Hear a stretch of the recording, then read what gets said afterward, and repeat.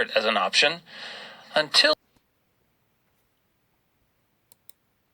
homeschooling has been around for a very long time, but many parents didn't even consider it as an option until this week, when the Alberta government announced that kids are going back to the classroom this fall.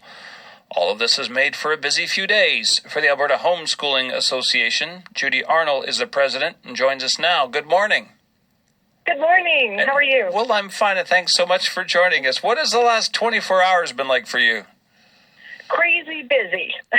Parents are panicking. Oh, no. What are you hearing? What's going on? Well, I think parents are concerned about sending their children to school for various reasons, especially parents of kindergartners, the lower grades. Yeah. If parents are serious about doing this, and they wouldn't be calling you if they weren't seriously considering it, how do they even start the process of switching to homeschooling?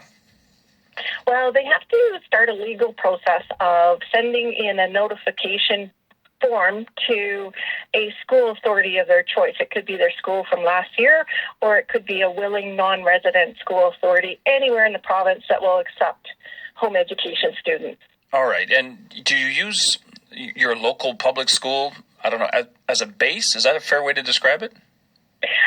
That could happen, but there are specific school authorities that have been supervising home education for many, many years and very supportive and helpful to parents once they make that decision.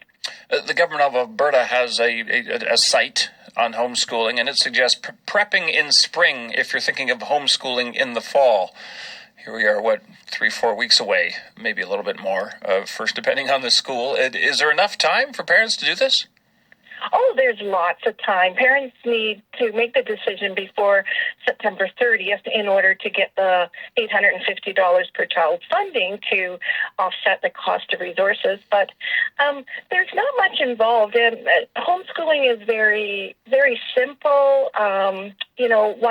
Once you get the hang of it and get the support from people who've done it before, it's a lot more relaxing than sending your kids to school. Now, you just mentioned something I think a lot of parents didn't know. You can access funds for this. How does that work? Parents can buy supplies and then keep their receipts, and then in October they can submit those receipts for reimbursement. They get $850 per child per year just to offset the cost. So, save them up. So as people weigh this out, and for some, they wouldn't even consider it, and because it's very difficult if both parents are working, let me just ask the blunt question. Is it realistic for parents to work from home and homeschool at the same time, if that's the situation that remains in September? It seems like a huge task to take on both. It isn't, actually. A lot of parents who have been homeschooling for years have worked part-time and full-time. So education is not really a matter of where it takes place. It's a matter of who takes responsibility for it. So when parents submit the notification form, they are taking back responsibility for their child's education. But that doesn't necessarily mean they have to do the teaching. They can outsource it to any number of adults, such as childcare professionals, parent teaching co-ops. A lot of micro schools are popping up online that are not government schools. There's a lot of courses that parents can select to keep their kids busy while they work at home or while they are under care of caregivers and parents go off to work. So there are a lot of options for parents that don't want to teach. And is there an expectation that the students keep up with the Alberta curriculum? How do you deal with that? In Alberta, parents can choose to follow the 1,400 outcomes per grade of the Alberta curriculum, but they do not have to. There is no testing. Parents can choose to follow the 22 targets of home education by the time the child turns 20. So there's no testing. If parents want to pull their kids out for this year only and homeschool, the kids will go back perfectly fine in the next grade the next year. So one of the concerns is keeping up with the curriculum.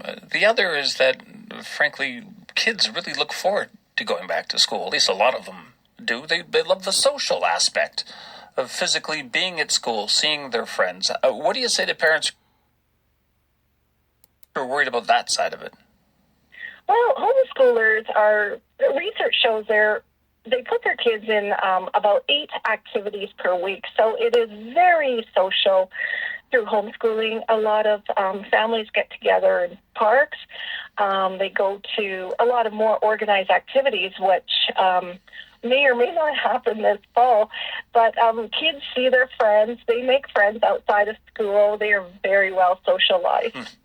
I don't mean to pry in your life, but you're a veteran at this. Is that fair to say? How many kids have you got?